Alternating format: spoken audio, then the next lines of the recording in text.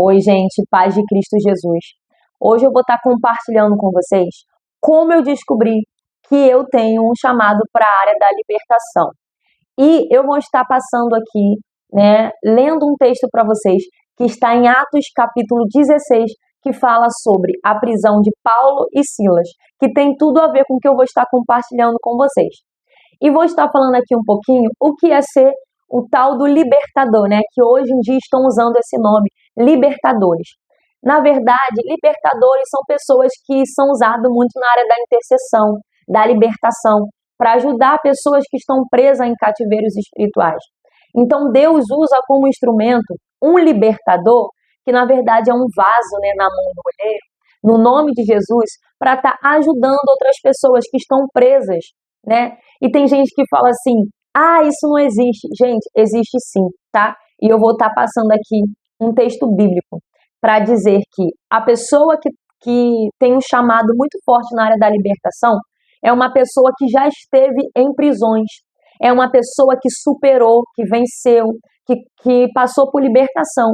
Então essa pessoa, ela tem muitas chaves no mundo espiritual, porque ela passou pelo processo. Então, essas dores, a rejeição e tudo que aquela pessoa passou vai ser usado lá na frente para que outras pessoas sejam libertas no nome de Jesus.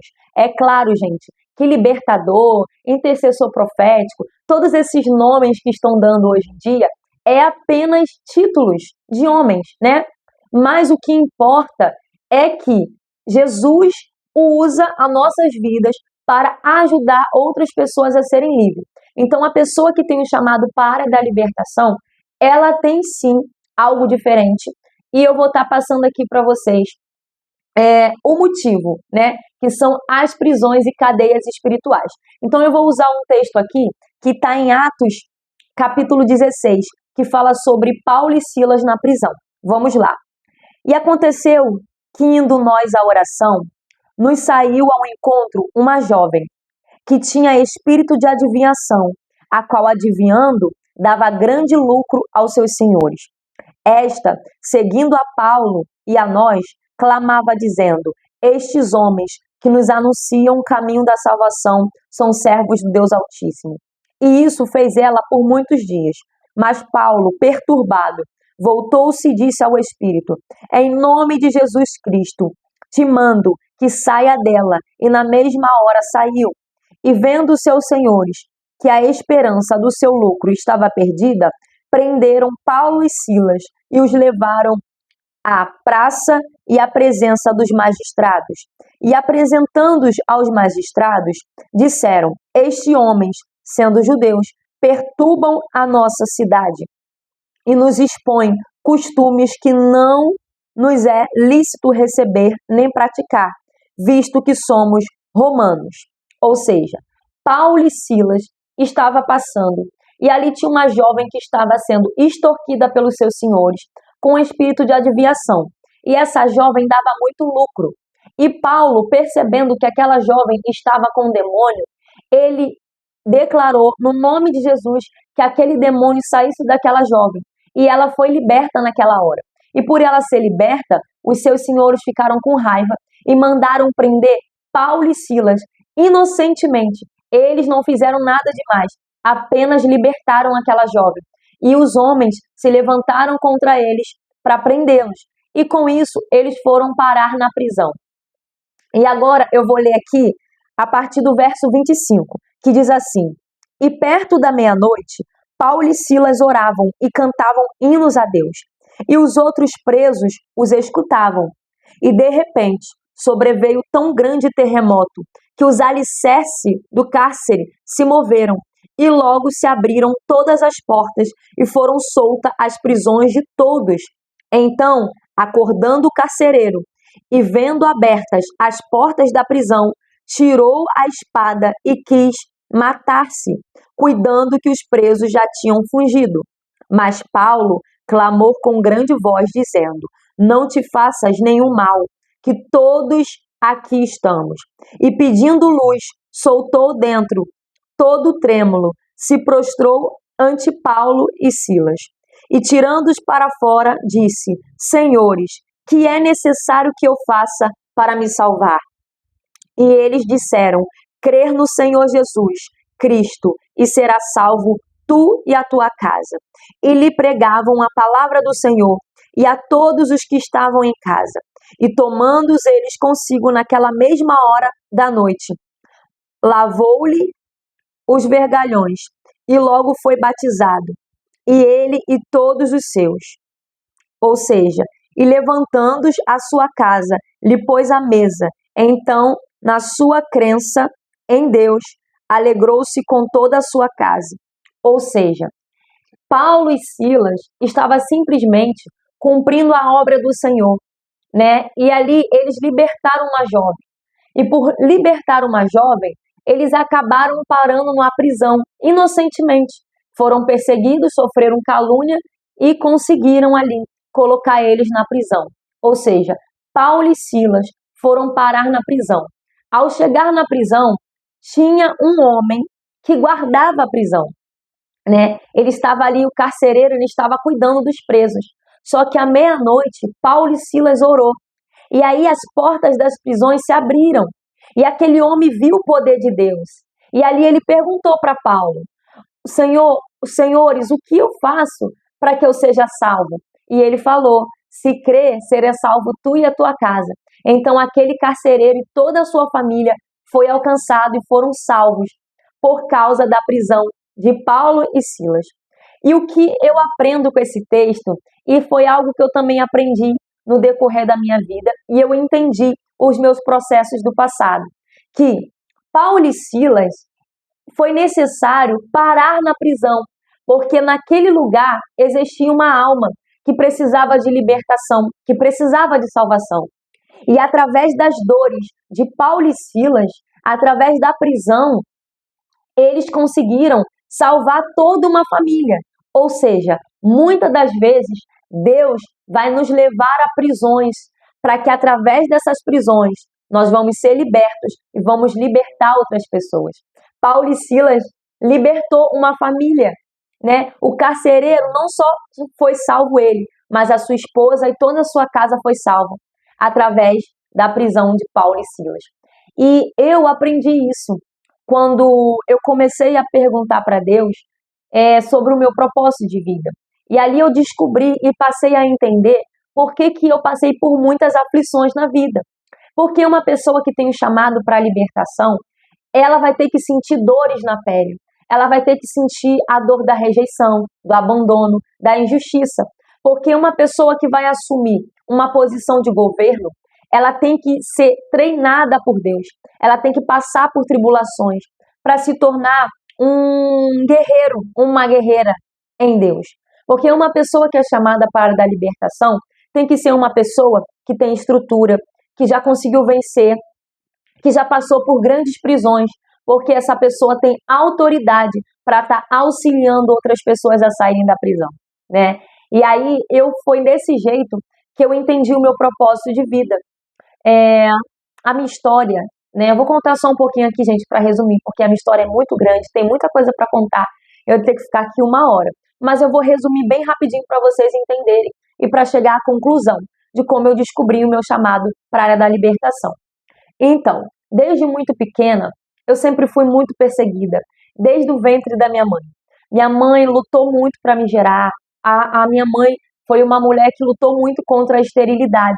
E eu sou a primogênita, né? E ela lutou muito para eu chegar.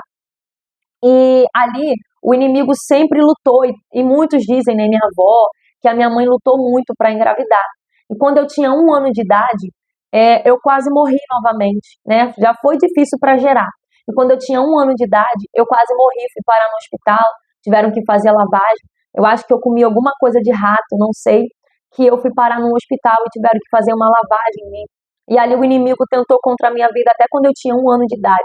E desde então, a minha infância, a minha adolescência foi de muita perseguição. Só que na época eu não compreendia, porque eu cresci em um lar espírita, né, um lar totalmente fora da presença de Deus. A minha avó, os meus parentes, os meus pais, totalmente fora da presença de Deus. Então a única coisa que eu tinha ali acesso era, né, o candomblé, né, o pessoal que tinha ali as suas religiões. A minha avó sempre trabalhou com coisas espirituais. Então, eu nunca tive acesso à palavra do Senhor. Então, eu não entendia por que de tanta guerra.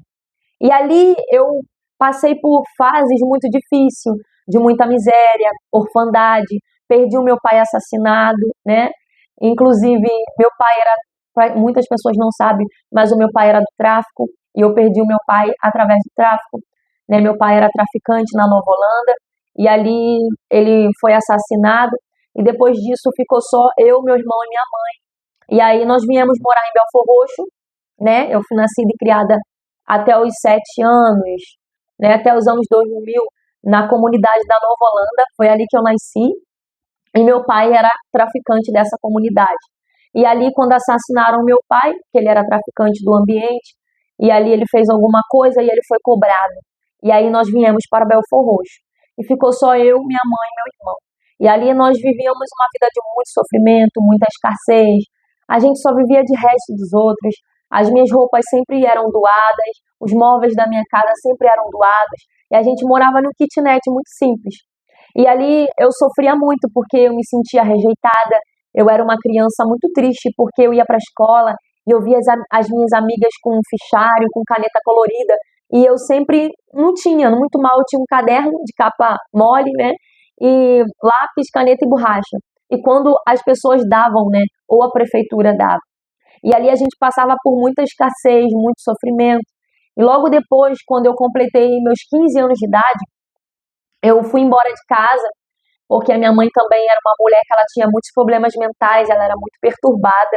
Então, eu já nasci nesse ambiente conturbado, né? Onde minha mãe, desde pequena, também vivia em manicômio, tomava remédios controlados, minha mãe tomava muitos comprimidos, porque minha mãe também tinha feito pactos, né, com entidades e tudo mais, e através disso ela passou a ter perturbações, né? Problemas espirituais, de loucura, e ela andava para lá e para cá e nada dava jeito.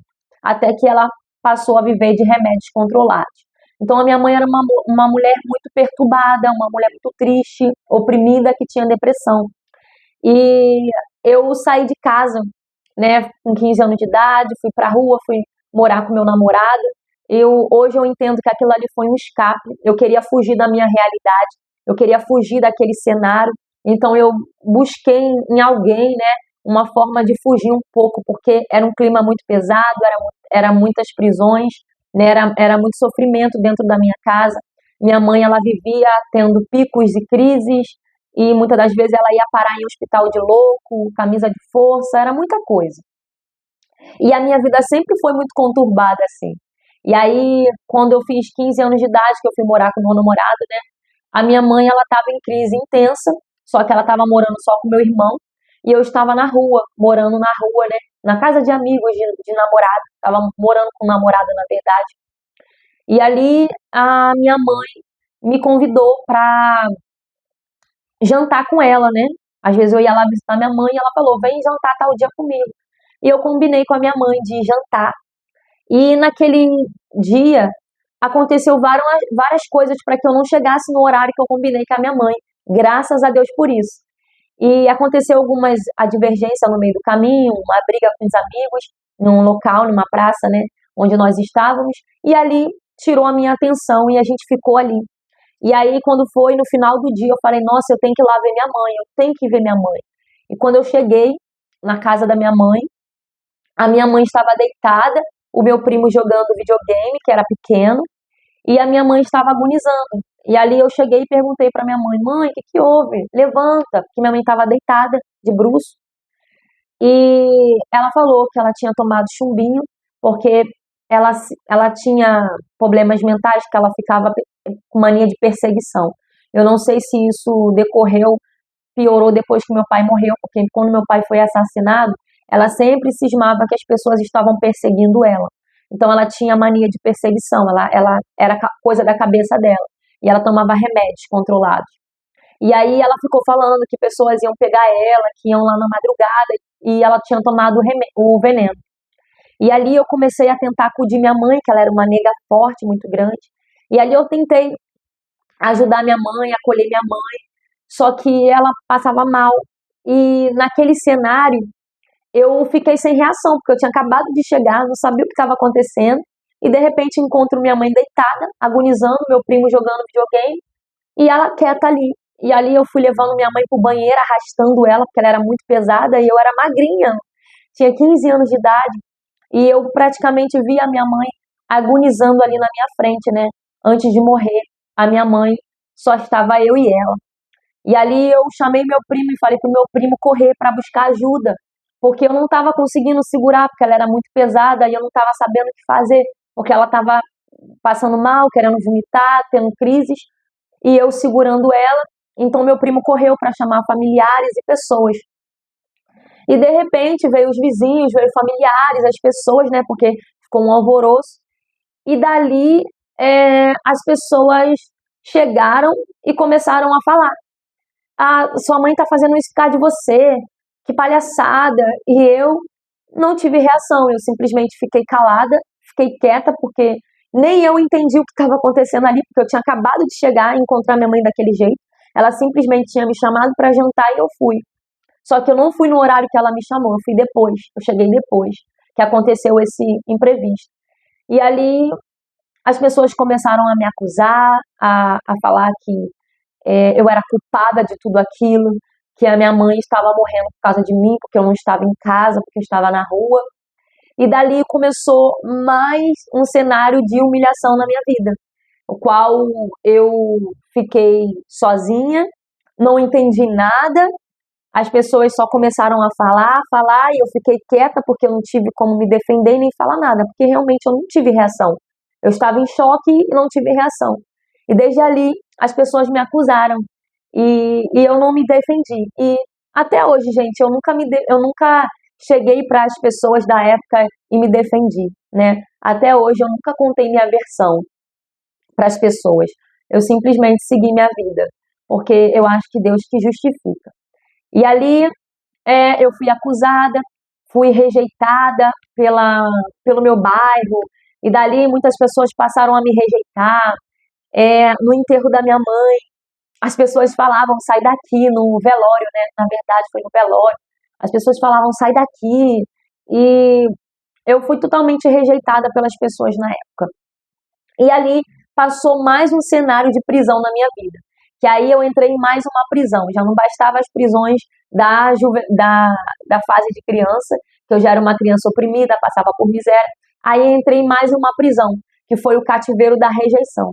Ali eu fui rejeitada por pessoas que eu amava, fui rejeitada pelos meus amigos, até as minhas amigas e a mãe das minhas amigas me rejeitaram. Elas falavam para que as minhas amigas não ficassem perto de mim, porque eu tinha matado a minha mãe. E ali eu passei a viver mais uma prisão espiritual, que foi a prisão da rejeição, o cativeiro, as dores na alma. E ali eu andava na rua e as pessoas falavam para mim que, você que, pelo menos a minha mãe não se matou, era piadas desse tipo, e muitas outras coisas que eu passei. Enfim, gente, isso é passado. Eu só estou relatando aqui para vocês para poder resumir um pouquinho a minha história. E dali eu entrei num cativeiro terrível, porque eu passei a viver sozinha. E ali eu fui para a rua, fiquei muito amargurada, fiquei com um sentimento de rejeição muito grande. Assim como José, né? Ele foi rejeitado pelos seus irmãos, foi parar no Egito como escravo, e ali ele passou anos na prisão. E foi como aconteceu comigo. Eu me senti rejeitada pelas pessoas, pelos meus amigos, por todo mundo, pelos meus vizinhos, porque as pessoas nem procuraram saber a minha versão. Elas simplesmente me acusaram e não procuraram me ouvir para saber o que eu tinha para falar. E ali eu passei a viver um cativeiro espiritual de depressão e rejeição. E ali eu falei para Deus que minha vida tinha acabado e eu passei a viver do jeito que tinha que viver, né? E o diabo soprava no meu ouvido que a minha vida acabou, que eu não ia ter ajuda de ninguém e que a vida acabou ali para mim.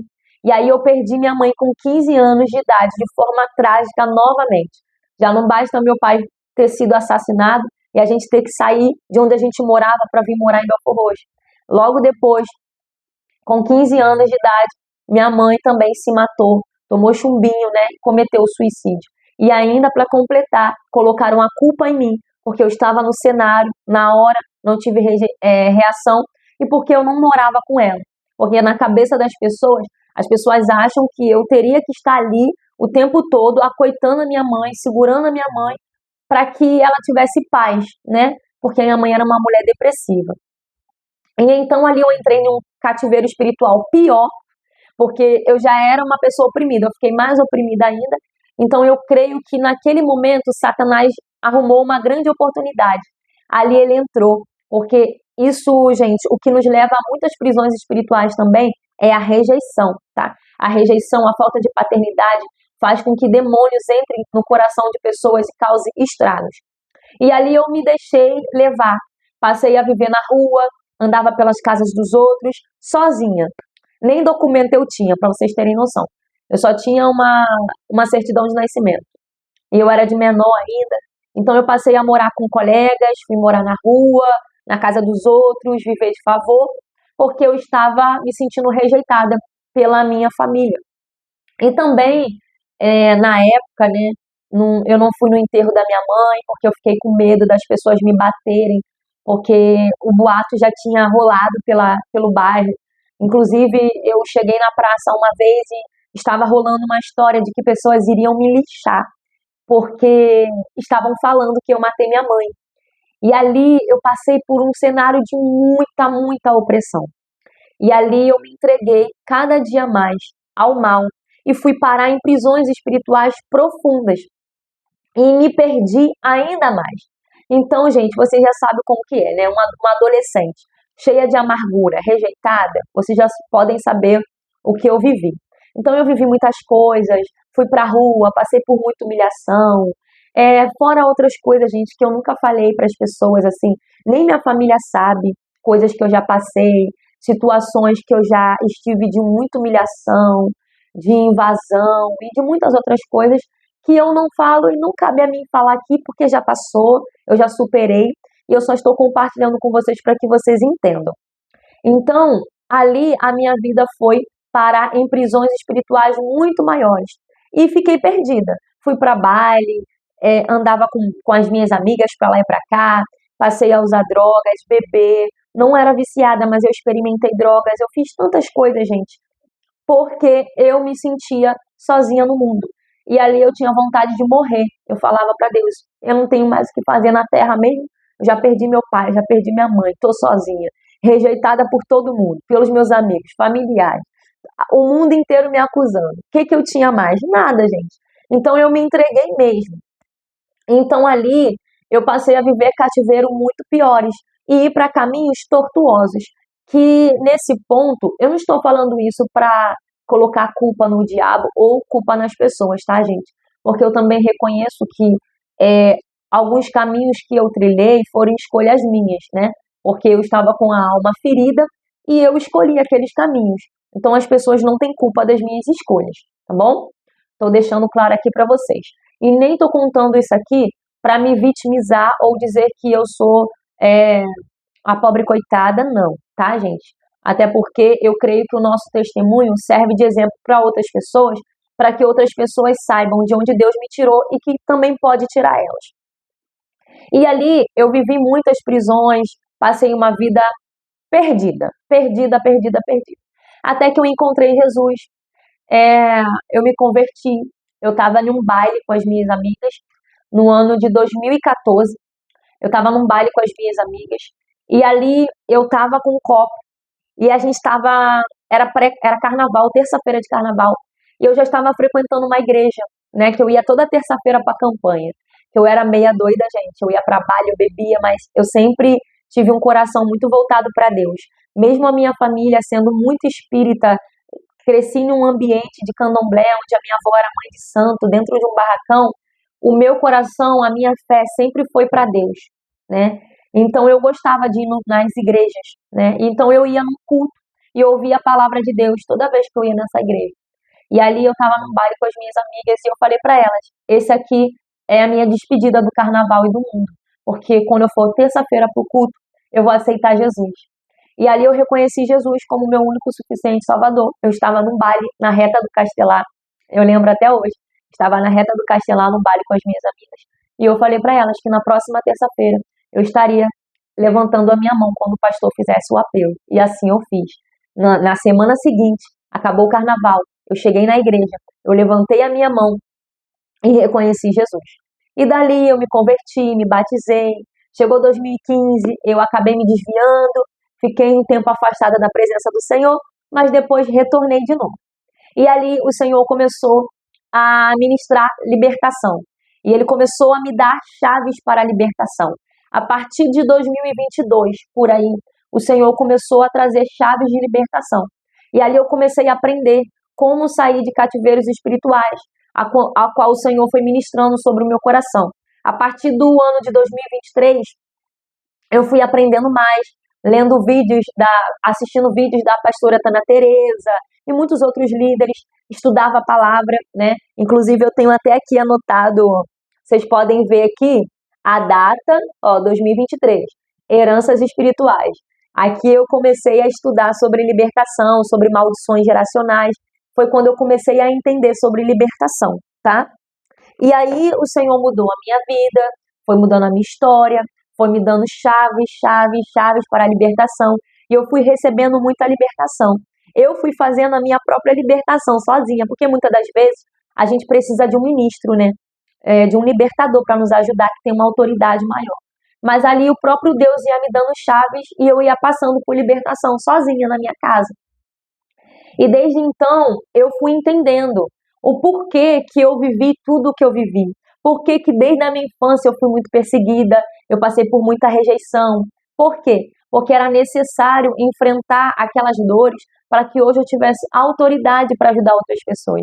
Inclusive, muitas das vezes eu estou até no Uber ou com amigas e qualquer outras pessoas, e aí as pessoas começam a conversar comigo e eu começo a compartilhar algo que eu vivi e aquela pessoa recebe, né? Aquela pessoa, nossa, eu precisava ouvir isso. E ali eu vejo que o meu testemunho, né, as chaves que eu recebi para a libertação, eu passo para outras pessoas e elas conseguem também usar essas chaves para a libertação delas. Então, a pessoa que ela tem um chamado para a libertação, ela vai ser uma pessoa muito perseguida desde a infância, uma pessoa que carrega muitas marcas, muitas cicatrizes, uma pessoa muito perseguida.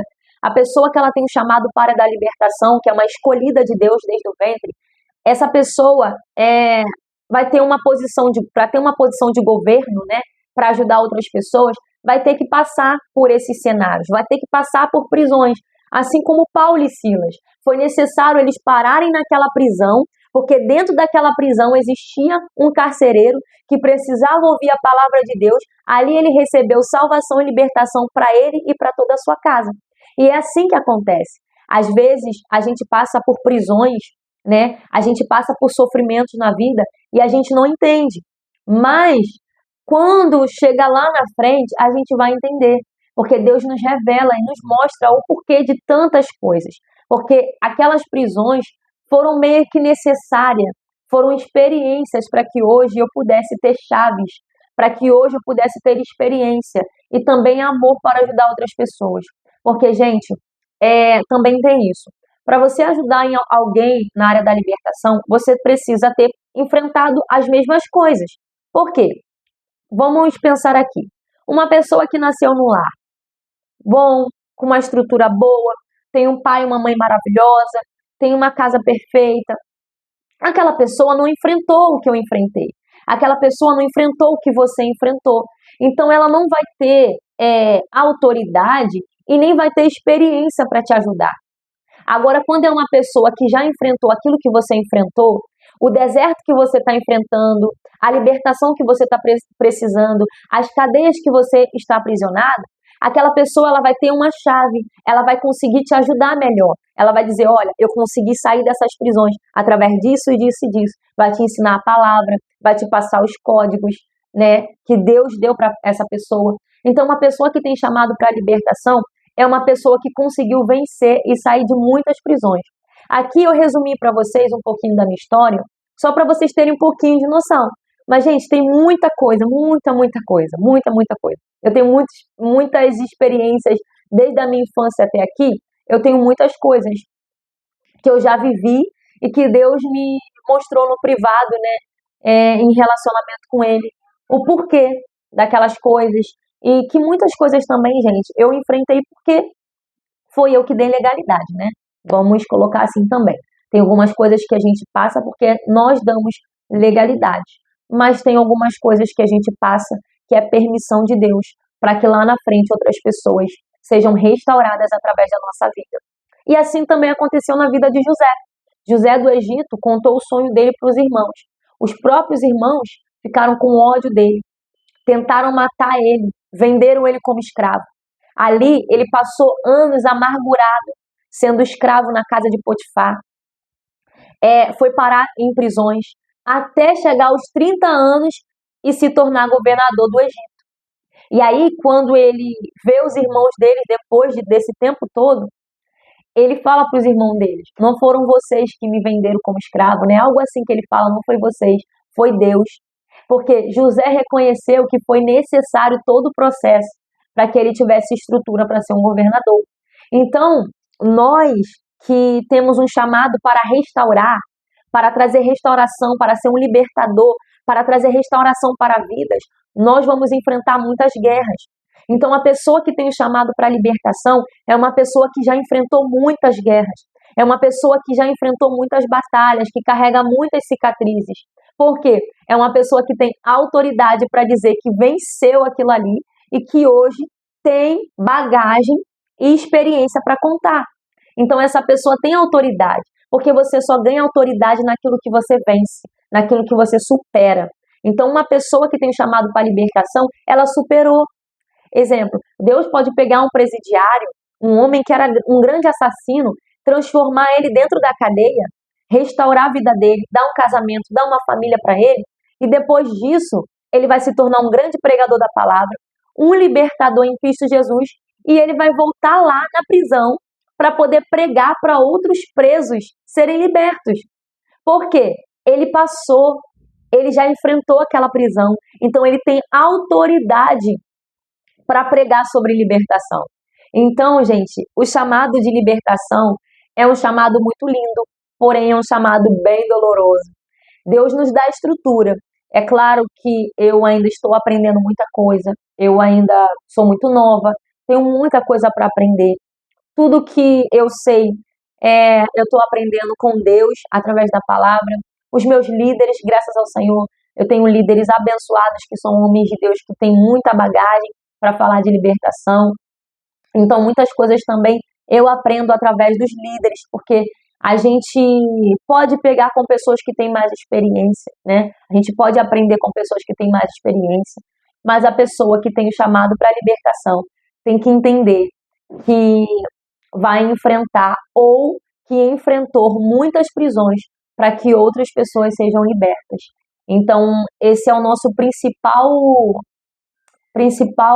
meta, né? É ter essa confiança de que o que passou, passou e que a gente não deve ficar levando para frente. E hoje eu entendo que até as pessoas que me rejeitaram foram necessárias. Hoje eu conheço a dor da rejeição, eu sei o que é rejeição, eu sei o que é depressão, porque eu já tive depressão de querer me matar. Eu sei o que é abandono, eu sei o que é orfandade, eu sei o que é passar por pobreza, miséria. Eu sei o que é só usar coisas usadas, doadas, e não ter algo novo da loja, assim, né? Do jeito que eu sempre sonhei ir lá comprar. Então eu sei o que é ter escassez. Eu sei todas essas dores, gente, eu conheci. E eu superei todas elas em Cristo Jesus. Então hoje eu tenho maturidade para entender que até as pessoas que me rejeitaram não foram elas, né? Foi um momento que eu precisava enfrentar. E hoje eu entendo que eu também não posso carregar nada contra as pessoas, na verdade eu perdoei as pessoas, muitas pessoas já foram perdoadas, eu me dou muito bem, falo com todo mundo, tá tudo certo. E porque hoje eu tenho essa convicção que Deus revelou o meu propósito, né? Que Ele me chamou como uma libertadora, uma intercessora profética. Então foi através das minhas marcas que eu descobri, né, o meu chamado para estar ajudando outras pessoas. Então eu tenho muito amor também em ajudar pessoas nesse sentido, né? Gosto muito do assunto chamado libertação, gente, eu gosto muito de libertação. Tem crente que tem medo de falar de demônio, tem medo de pesquisar de demônio, eu já gosto, eu gosto. Assim, eu gosto de saber, eu gosto de pesquisar as coisas, eu gosto de saber como que entrou, as portas, as legalidades, como que aquele jovem ali pode ter virado um homossexual, qual foi a porta que o diabo usou para entrar na vida daquele jovem. Eu gosto de saber da história das pessoas para tentar ajudar, porque eu vim de lá também. Eu também vim de uma casa que era um caos, eu também vim de um cenário de escassez, eu também vim de um cenário de rejeição. Então, eu gosto de saber e de ajudar pessoas que vieram do mesmo lugar, né? Ou que estão inseridos nesses lugares. E é isso, gente. Foi assim que eu descobri o meu chamado para dar libertação. Então, se você é uma pessoa que carrega muitas marcas, sempre foi muito perseguido desde pequeno, Satanás sempre lutou contra você, sempre usou pessoas para te perseguir, sempre usou as pessoas que você mais ama para tentar para tentar ir para cima de você. Pode ter certeza que você tem um chamado muito forte para dar libertação, né? Porque a pessoa que ela tem um chamado para dar libertação sofre muita rejeição, muita calúnia, perseguição. Nossa, gente, se eu contar para vocês aqui as minhas histórias e algumas coisas, né? Às vezes a gente sofre perseguição por pessoas que a gente nunca imaginou na vida, na vida. E você fala assim, meu Deus, essa pessoa, e o diabo puro na vida da pessoa para tentar nos perseguir.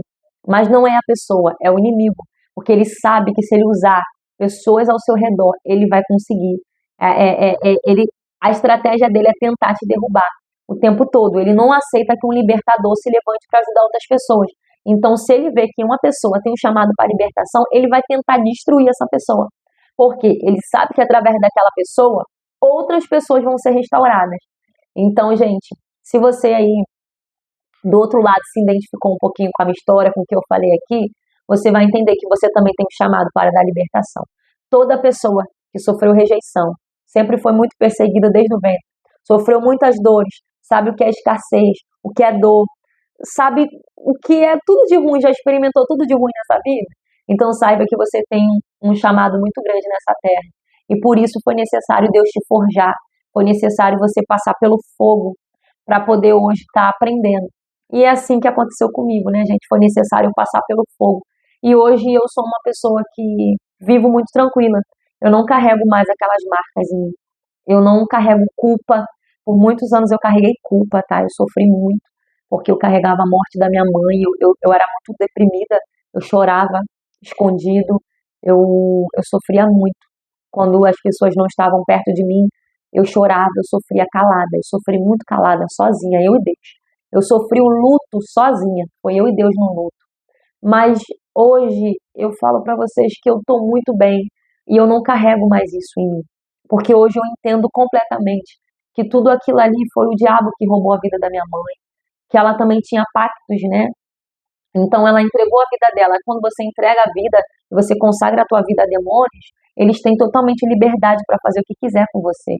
Então hoje eu também tenho essa consciência e eu não carrego nada. Nem sobre as pessoas eu carrego. Tá tudo bem. E hoje eu entendo que foi necessário, até a rejeição, foi necessário muitas coisas que eu enfrentei, para que hoje eu tivesse a sabedoria, a maturidade que eu tenho. Claro que eu tenho que amadurecer muito ainda, tem muita coisa para eu aprender, gente, eu ainda não sei nada. Tudo que eu sei é Deus que vai me ensinando ali, é um líder, alguém que vai me passando alguma coisa, né? São pessoas que eu acompanho, mas tá aqui, gente. Esse foi um pouquinho da minha história, como eu descobri que eu tenho chamado para a área da libertação como intercessora profética. E se você se identificou aí, espero que esse vídeo possa ter edificado a vida de vocês. Em nome de Jesus e até o próximo vídeo.